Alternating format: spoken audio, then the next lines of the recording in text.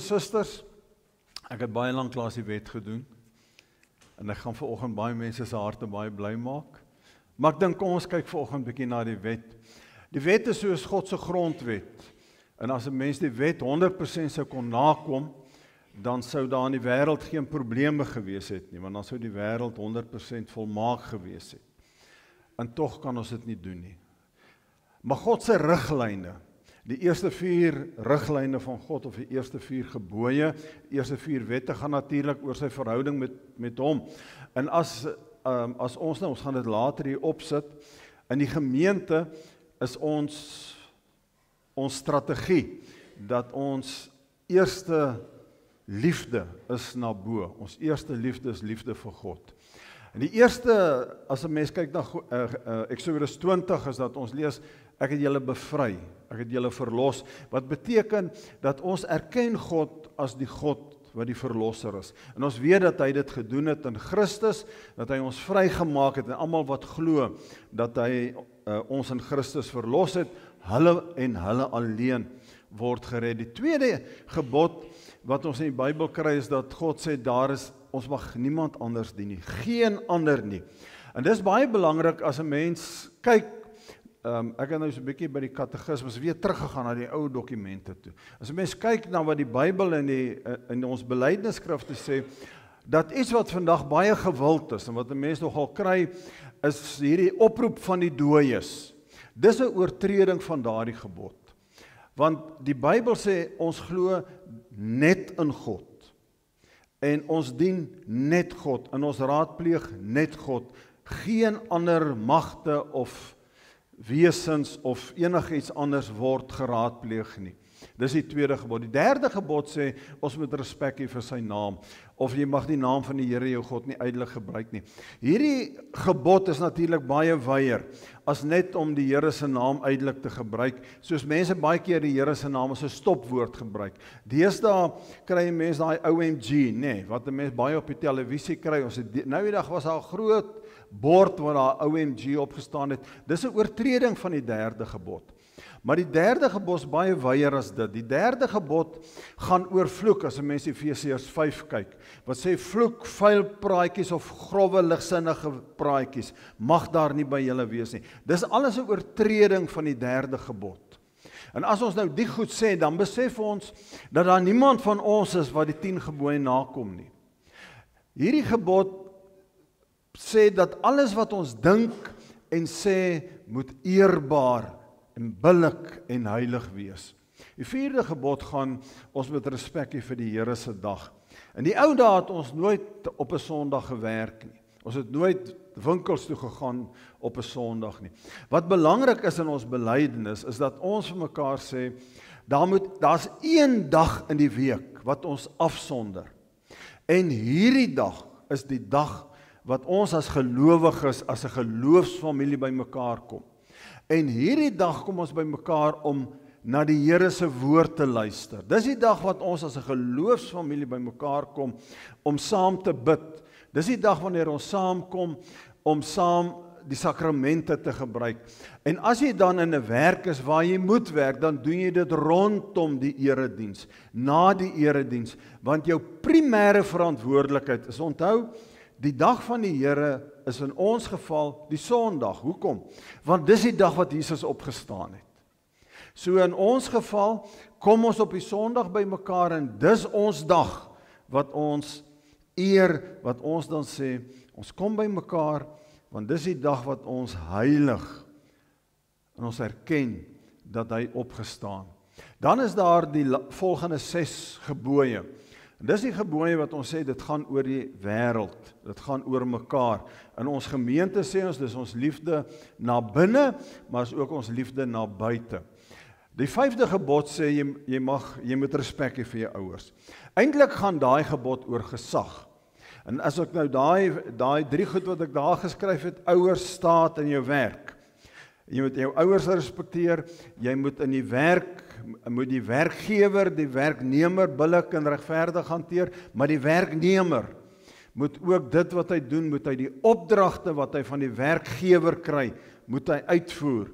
En dan die staat moet reg en billikheid na die burgery, en die burgery moet die opdragte van die regering uitvoer. Die belydenis sê, in soverre dit die eer van God nie aantas nie.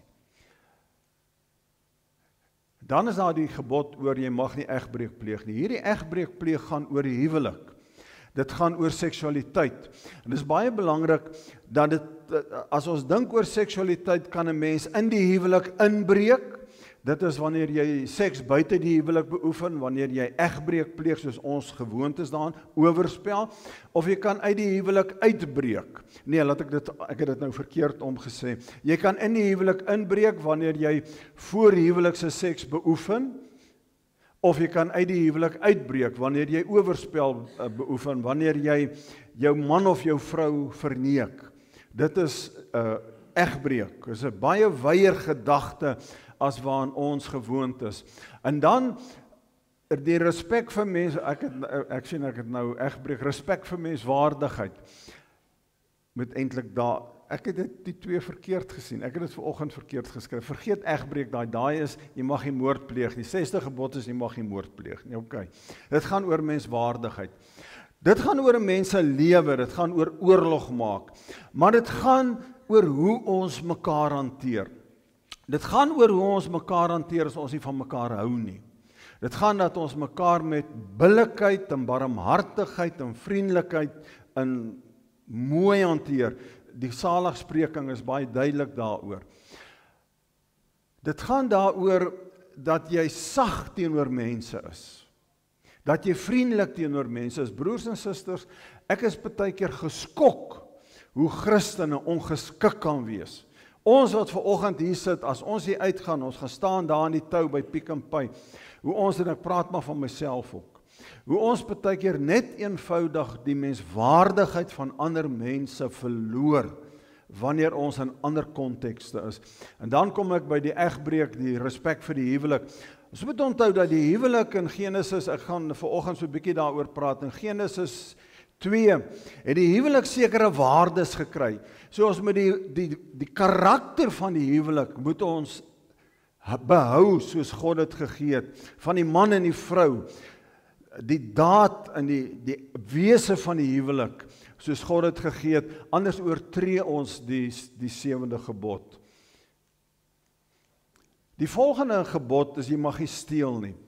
Dit gaan oor respek vir die besit van ander mense. Ons ken dit, ons ken die fisiese ding van ek vat iemand anders se goed, maar in ons konteks vandag het dit baie te doen met kapings, met huisbraak of al hierdie tipe van goed, maar dit gaan ook oor gierigheid.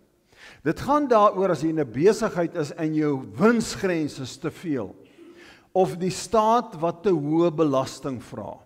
Die staat kan ook daai gebod oortree. Dit gaan daaroor dat jy nie belasting wil betaal nie. Dit gaan daaroor dat jy nie vir die kerk jou dankoffer wil gee nie. Dan oortree jy daai gebod. Dit gaan daaroor dat jy moet gee wat reg en billik is binne die waardes van die Bybel. En valse getuies is ek net so geskok baie keer oor ons as Christene. Vals getuies beteken eenvoudig praat die waarheid. Praat die waarheid te alle tye. Daar's nie wit leentjies nie. In die regshowe, as jy aangekla word, wanneer mense van jou sekere goed vra, praat die waarheid. Moenie die waarheid verbuig nie. Daar's nie vals, daar's nie wit leentjies nie. Daar's net 'n waarheid. Die laaste gebod is daai vreemde een van jy mag nie jou buurman se goed of jou buurvrou se goed begeer nie. Eenvoudig sê daai gebod, wees tevrede.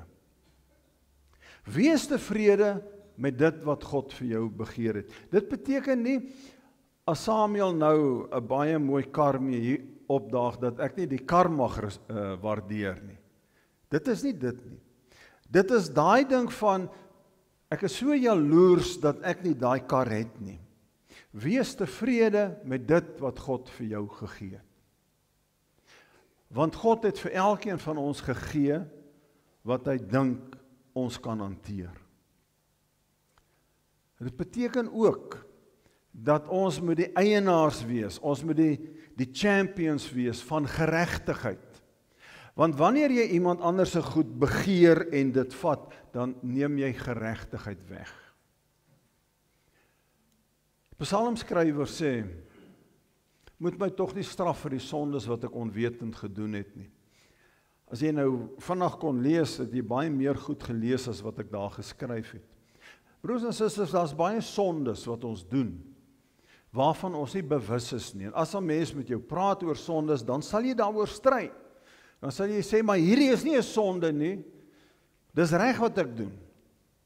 Maar as jy daaroor begin bid, dan gaan die Heilige Gees jou na 'n jaar of na 6 maande begin oortuig en sê, luister, maar hierdie ding wat jy doen is nie reg nie. Daarom is 1 Johannes 1 vers 8 tot 10 so belangrik. As jy beweer dat jy nie sonde het nie, bedrieg jy jouself. En is die waarheid nie in jou nie. Jy moet nie stry oor sonde nie. As iemand jou aanspreek oor iets, moenie stry daaroor nie. Want as jy stry daaroor, dan is die waarheid van die woord van God nie in jou nie. En weet jy wat, dan bedrieg jy jouself, dan lieg jy vir jouself. Die ander kant is ook daar, as jy jou sonde bely. Weet jy wat, so wat, erken jou sondes, gaan na Christus toe. Hy is getrou en regverdig, hy vergewe al jou sondes. Al 10 hierdie goed, wat ek opgenoem het. En jy het gesit hier so by hierdie 10, jy het daai goed gelees, en jy het geluister, en jy het gesê, o jene, ek het van hierdie goed gedoen.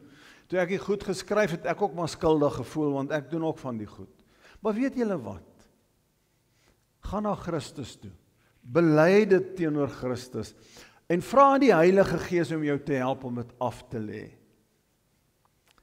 Hy vergewe ons sondes en reinig ons van alle ongeregtigheid. Maar, onthou, as jy beweer dat jy nie gesondig het nie, maak jy God tot leenaar. En is God se woord nie in jou nie. Maar, die positiewe, as jy jou sondes bely, God is getrou en regverdig.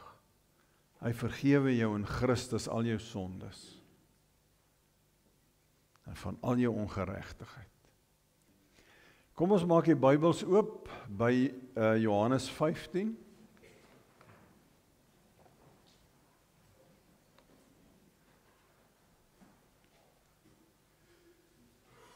Vers 13.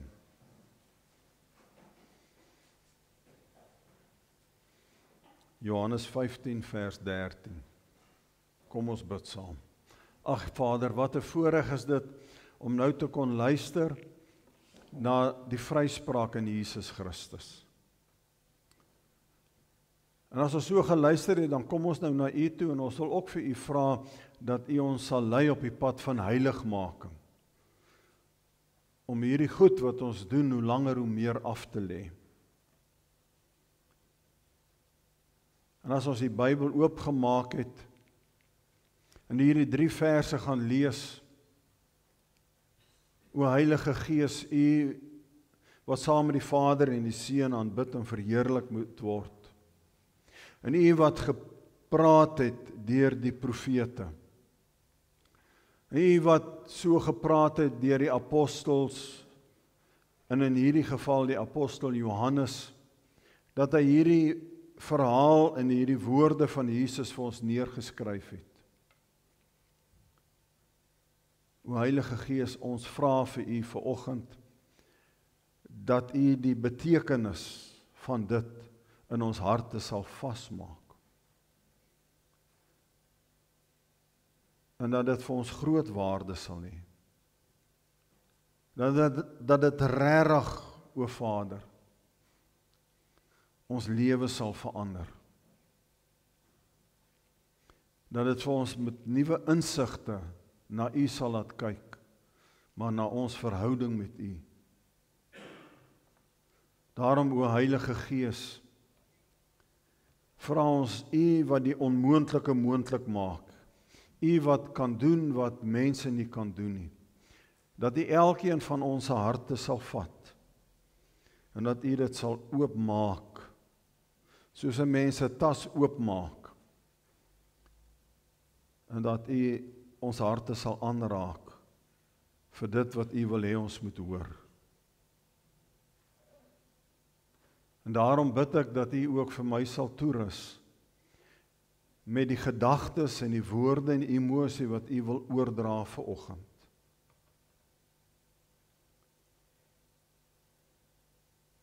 Baie dankie dat U ons almal besonders baie liefhet en dat U vir ons omgee. Vader, ek bid hierdie dinge tot U in die naam van Jesus Christus ons verlosser. En ons as God se kinders sê almal saam, Amen. Ons kan vers 12 saam lees, ek het vers 12 nie op die bord nie, maar ons kan hom saam lees. Dit is my opdrag, julle moet mekaar lief hê, soos ek julle lief het, dan vers 13. Niemand het groter liefde as dit nie, dat hy sy lewe vir sy vriende aflê. Julle is my vriende as julle doen wat ek julle beveel. Ek noem julle nie meer ondergeskiktes nie, want 'n ondergeskikte weet nie wat sy baas doen nie. Nee, ek noem julle vriende, omdat ek alles wat ek van my Vader gehoor het, aan julle bekend gemaak het. Julle het my nie uitgekies nie, maar ek het julle uitgekies. Ons ken die Halleluja lied, ons gaan hom later weer sing vanoggend. Halleluja lied, dit is eintlik 'n lied wat in 18, dat ek net omdraai en kyk, 1831, ons het die Halleluja lied in Afrikaans is in 1931 in die Halleluja boek opgeneem. Hy kom eintlik uit 1819 uit. In 'n Engelse lied. Wat 'n vriend het ons in Jesus, en dan sing ons, as hartseer oor ons kom, laat ons nie mismoedig word nie, maar ons kommer na hom bring. Nêrens is 'n vriend getrouer, hy wat van ons swaar kry weet, hy verstaan ons hart se seer. Broers en susters, liewe broers en susters, die Christelike geloof het iets wat geen ander geloof in hierdie wêreld het nie. En dit is die aanbod wat 'n liefdevolle, wonderlike, barmhartige omgee God na die wêreld bring. En hierdie aanbod is 'n passievolle, liefdevolle omgee om 'n vriendskap, verhouding met die wêreld, met God se maaksels aan te gaan. En al wat God daar in ruil vra, is aanvaar dit. Dis al wat hy vra. Die Christelike geloof gaan nie so seer oor 'n dogma wat ons in die Bybel vind nie. Ons leer God in die Bybel ken. Julle weet ek aanvaar dit. Maar dit gaan nie so seer daaroor nie. Die Christelike geloof gaan ten diepste oor 'n verhouding met iemand. 'n Verhouding met die drie-enige God wat ons liefhet. 'n Verhouding met Jesus Christus wat ons verlos het, van wie ons in 1 Johannes 1 vers 9 gehoor het, wat ons vrymaak van sondes. Baie mense sal praat oor die reeks, en julle sal hoor ek praat vanoggend ook daarvan, van dit gaan oor 'n persoonlike verhouding met Christus, 'n persoonlike verhouding met God, en dis miskien waaroor dit gaan. Ek gaan die tema vriendskap gebruik, want in vriendskap is daar baie Bybelse beelde wat ek kan gebruik om die tema van my verhouding met God uit te beeld. En dis wat ek wil doen.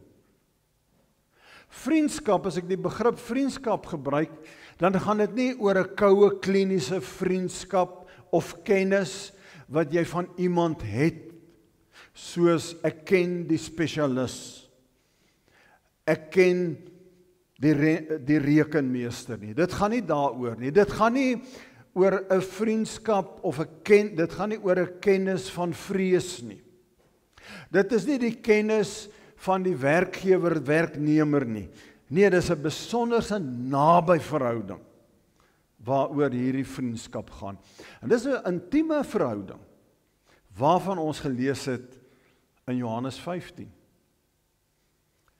In Johannes 15, liewe broer en suster, as ons daarvan lees, wil 'n mens eintlik, selfs as 'n mens Johannes 15 lees, wil 'n mens eintlik begin met 'n bietjie weerstand.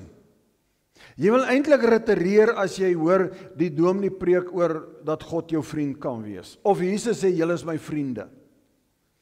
Want dit is eintlik nie hoe ons groot gemaak is nie. Want 'n mens wil amper sê, dis ligsinnig en dis heiligskennis. Want ons dink aan God as die groot almagtige. En dis waar. Maar ons moet onthou, die Bybel het ook 'n begrip van God as die goeie herder, die sagte een, Psalm 23. Ons dink aan God as die regverdige wat kom om te oordeel, en dis waar. Maar ons het ook vanoggend in 1 Johannes 1 vers 9 gesien, dat Christus is die liefdevolle een wat kom en ons gered het, en ons wat dit vasvat, hemel toe vat. So daar's 'n ander kant van God, wat ons dikwels nie baie oor preek nie. Die naby God. En dit is wat ons vanoggend oor gaan. Die probleem as 'n mens praat oor God as jou vriend, is dikwels ons prent oor God. 'n Prent wat ons oor God het, wat kom uit ons kinderdae uit. En as ek nou vanoggend sou vra, wat is jou prentjie oor God? Dan wonder ek, wat sou jy teken? Baie mense sal God groot teken en ons klein, daar's niks daarmee verkeerd nie. Die vraag is, wat is jou default prentjie van God in verhouding met jou? Jesus kom vanoggend en hy sê, ek noem julle nie meer ondergeskiktes nie. Want 'n ondergeskikte weet nie wat sy baas doen nie. Nee, ek noem julle my vriende, omdat ek alles wat ek van my Vader gehoor het, aan julle bekend gemaak het. In Johannes 15, vers 13 tot 15, gebruik Jesus die woord vriend 3 keer. So is vir hom belangrik. Dis nie sommer net 'n verbygaande gedagte nie. En dis baie interessant, broer en suster, as ons kyk na die Bybelvertalings, want ek het gewonder, as hierdie Afrikaanse vertaling dalk, kan 'n mens dit op 'n ander manier vertaal. Al die Afrikaanse vertalings, die 53, 83, 2020 en die boodskap, vertaal daai woordjie met vriend. Almal, deur die bank. Want sien, daar is verskillende Griekse woorde wat 'n mens met liefde kan vertaal. Die een woord wat ook in daai teks van Johannes 15 voorkom, wat Jesus gebruik, is die woordjie agape, wat gaan oor die Christus wat sy lewe vir ons aflê. Ons sien dit in Johannes 15. Die offerliefde, dit kom in die Grieks voor, en ons sien dit in Johannes 15, dit word gebruik. Dan is daar 'n ander woordjie vir liefde, en dit is die seksuele liefde, die passieliefde, die hartstog tussen 'n man en 'n vrou. En dan is daar hierdie liefde, philos, vriendskapsliefde. Maar hierdie liefde is meer in die Grieks as net vriende. Dis 'n naby toegeneentheid tussen mense. Dis 'n vriendskapsliefde. Dis mense wat werklik in die binnekring van mekaar is. Soos Petrus, Johannes en Jakobus van die 12 apostels, was Petrus, Johannes en Jakobus Jesus se naby vriende. Dis hierdie hierdie woordjie, dis daai woordjie wat Jesus vir die Christus gelowiges gebruik. Jesus sê vir ons, julle is my naby vriende. As 'n mens die boodskap vat, en 'n mens lees die boodskap, dan verduidelik die boodskap miskien die begrip beter. Ons verhouding is nie soos die een tussen 'n werkgewer en sy baas nie. Die werkgewer ken mos gewoonlik die baas nie persoonlik so goed, dat hy alles weet wat die baas dink of beplan nie. Nee, ons verhouding is baie anders. Ons is soos vriende onder mekaar. Vriende steek niks vir mekaar weg nie. Daarom het ek alles wat ek van die Vader gehoor het, net so vir julle vertel. Dit is belangrik om te weet hoe ek oor ons verhouding voel. Kyk mooi wat sê, 3 keer kom die woordjie ons verhouding daan voor. 3 keer. Ons verhouding is baie anders as die verhouding wat in die wêreld voorkom. Dit is soos vriende, naby vriende, vertrouelinge onder mekaar. En dis hierdie vriendskap, broer en suster, waarvan God praat. Dat God ons vertroueling is. Dat ons met 'n vrymoedigheid na hom toe kan gaan met alles wat ons het, of dit siekte is, of dit probleme is en of dit vreugde is. Baie volgende saak wat ons in die Bybel kry oor vriendskap, is dat beide God en die mens is verhoudingswesens. En ons sien dit heel aan die begin van die Bybel in Genesis 1 en 2. In Genesis 2 word oor die mens geskryf en hy het homself vir homself het hy nie 'n helper, 'n gelyke gekry nie. En dan het God Eva gemaak, wat die mens sy helper, sy gelyke is. En in Genesis 1 staan die volgende: toe het God gesê, kom ons maak die mens as ons verteenwoordiger, ons beeld. God het die mens geskep as sy verteenwoordiger, as beeld van God. Het hy die mens geskep, man en vrou het hy hulle geskep. As ek vir julle vra oor Genesis 1 en 2, dan is waarskynlik die eerste gedagte wat by ons opkom as Christus gelowiges, die heiligheid en die almag van God, die ordelikheid van God. God wat alles uit niks uitskep nie, God wat deur 'n gedagte en deur 'n woord skep.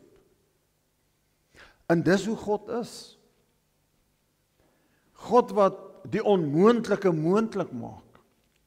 Maar as ons 'n bietjie aangaan, broer en suster, en ek vra vir julle, hoekom het God vir Eva gemaak? Dan sal ons sê, om in 'n verhouding met Adam te staan. Om liefde vir Adam te gee en dat Adam vir Eva liefde gee. Maar kom ons gaan bietjie dieper in die vraag in. Hoekom het God die mens gemaak? Is dit omdat God die mens nodig het? Hoekom het God jou gemaak? Het God jou nodig? Is God afhanklik van jou dat hy jou gemaak het? Dit kan tog nie wees nie. As jy mooi kyk, dan sien ons daar staan dat ons as God se verteenwoordiger gemaak is, as God se beeld, as man en vrou. Sien, dit is 'n verhouding tussen ons en God, God se verteenwoordiger, God se beeld. Man en vrou, 'n verhouding, soos Genesis 2. Sien, God het ons gemaak omdat hy ons liefhet, omdat hy wil, omdat hy in 'n verhouding met jou en met my wil staan. God wil in 'n verhouding met jou staan, want jy is sy beeld, jy is sy verteenwoordiger. Hier op aarde is ek en jy die een wat God se liefde moet uitdra, want ons staan in 'n verhouding met hom. Maar meer nog, in ons verhouding as man en vrou moet ons God se liefde uitdra, sy beeld, sy karakter. Die mens staan dus, die man staan dus in 'n verhouding met sy vrou en die vrou staan in 'n verhouding met haar man. En God staan in 'n verhouding met die mens en die mens staan in 'n verhouding met sy God, en haar God.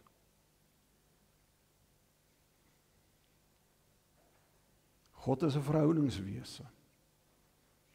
God stel belang in 'n verhouding met jou. In 'n noue verhouding, soos ons gelees het in Johannes 15. En jy, broer en suster, en ek, kan dit net vat. En weet julle wat die wonderlike is? Ook in die begin van die Bybel, sien ons daar's 'n verhoudingsvraag.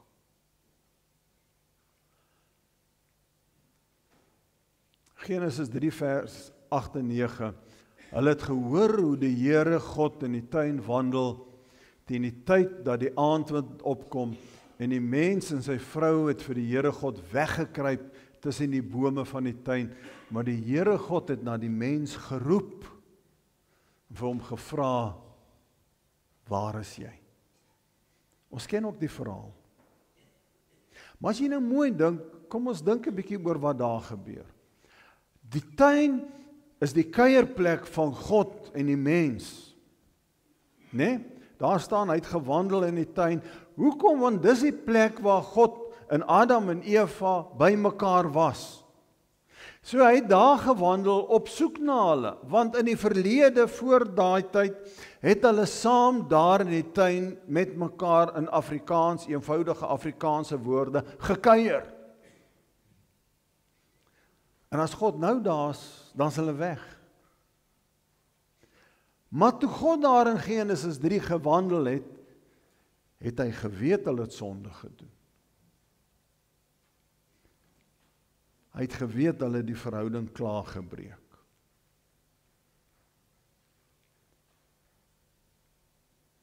En nogtans roep hy na hulle. Nogtans roep hy, waar is jy? Broers en susters, God maak nie soos ek nie. En God maak nie soos jy nie. Jy en ek speel die verwytkaart. As iemand ons teleurstel, as iemand ons seermaak, soos Adam en Eva met God gedoen het, wat sal ons doen? Ons sal sê, hoekom het jy dit gedoen? Hoekom het jy nie na my geluister nie? Ek het jou gesê in Genesis 2, julle mag nie van hierdie boom eet nie. En julle het nou regtig gegaan en daarvan geëet. Kyk wat se gemors het julle nou aangejaag. En wat doen God? Hy sê, waar is jy? Hy roep, hy trek aan. Is 'n verhoudingsvraag, is 'n liefdesvraag. Wat 'n wonderlike troos moet dit nie vir jou en vir my wees nie. Wat 'n fenominale boodskap is die feit dat God in verhoudings belangstel.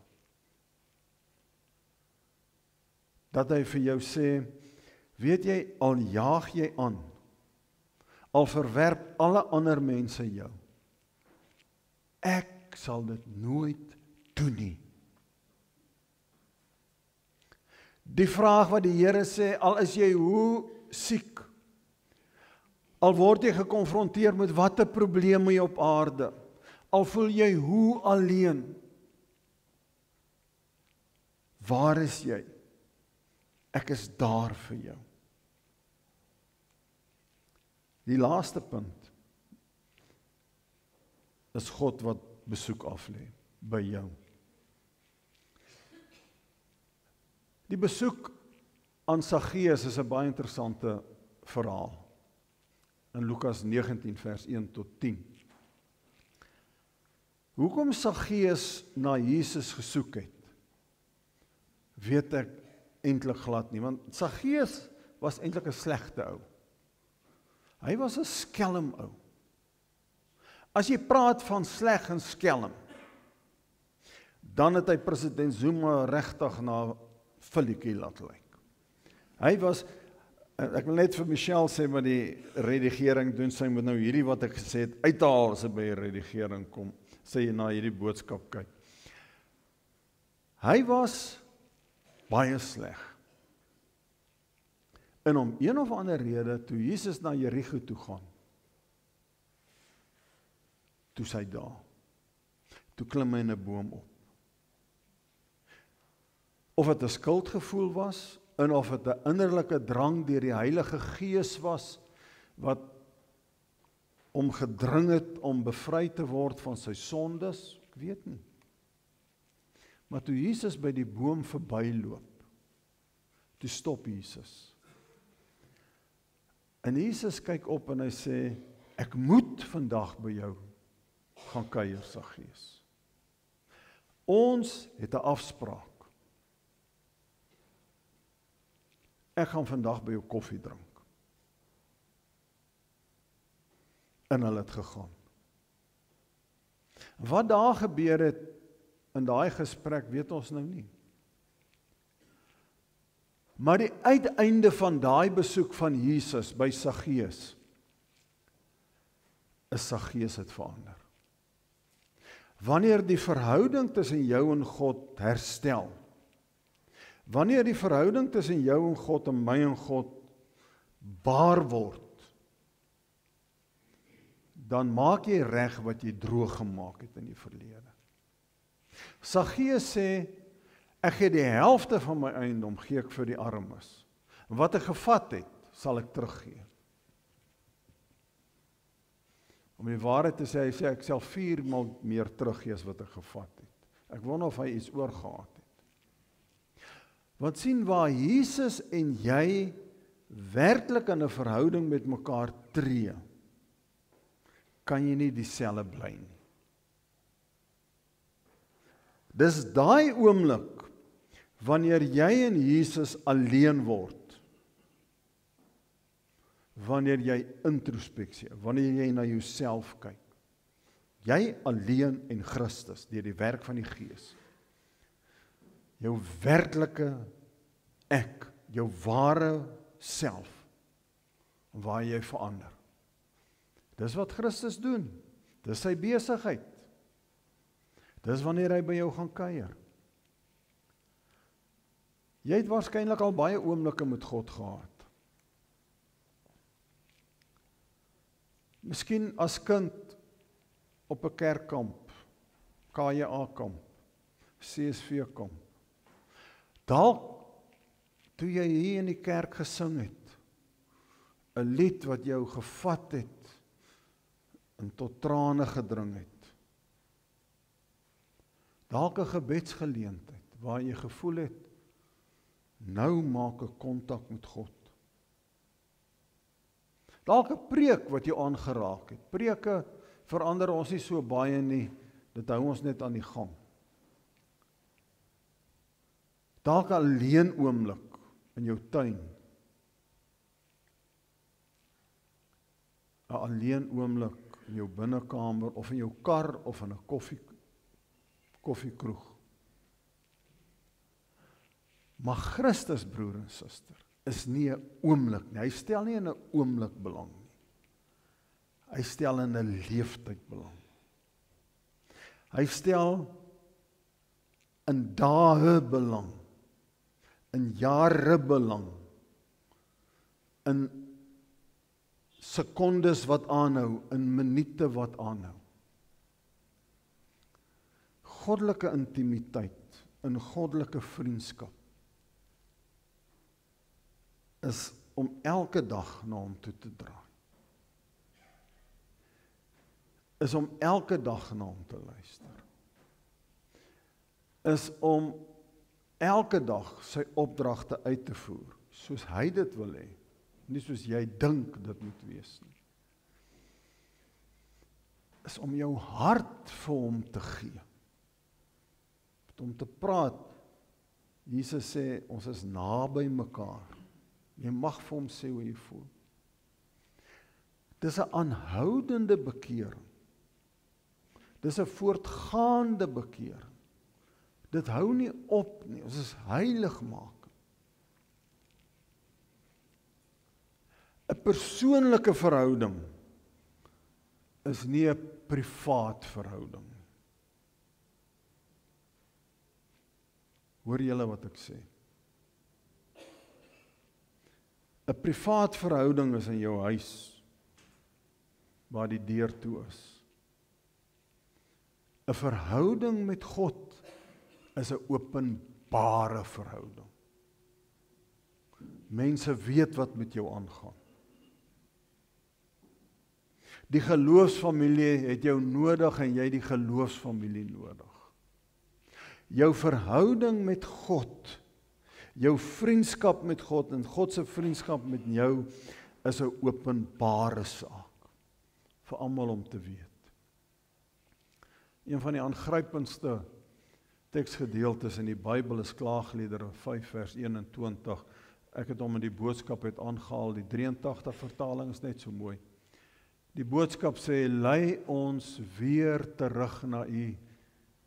Nou praat hy met gelowiges, hy praat met die volk van God, in ons konteks praat hy met gelowiges. Sê, lei my weer terug na U, sodat daar weer vrede tussen my en U kan wees.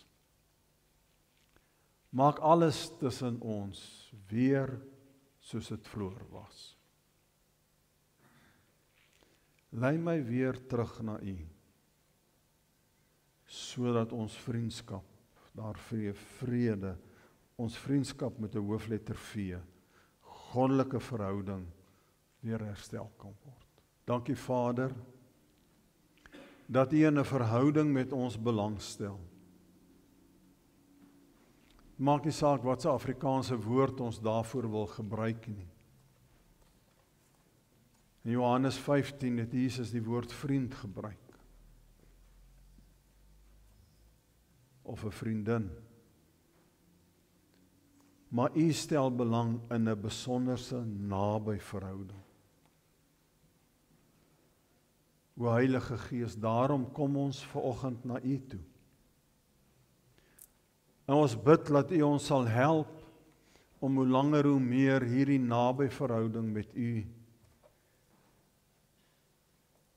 te koester, te vorm, te laat groei. Sodat ons openbare verhouding met U vir almal sigbaar sal wees. Dankie Vader dat ek kan bid vir elke broer en suster vanoggend hier, saam met my. Almal wat saam met my begeer om 'n naby verhouding met U te hê.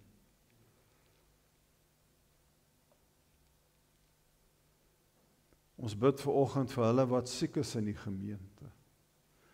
Ek tree in, Vader, vir hulle wat bekommerd en hartseer is, ook vir hulle naasbestaandes. Ek vat hulle in my hande en ek hou hulle in die lang arms van gebed na U toe uit. Hulle wat hierdie week voor 'n leeg, Here, ons staan nie meer voor 'n leeg graf nie, maar hulle wat hierdie week in 'n erediens gaan sit of gaan staan, waar ons voor U getroos gaan word oor 'n geliefde wat gesterf het. Baie dankie dat ons vir ons land en vir die wêreld kan bid.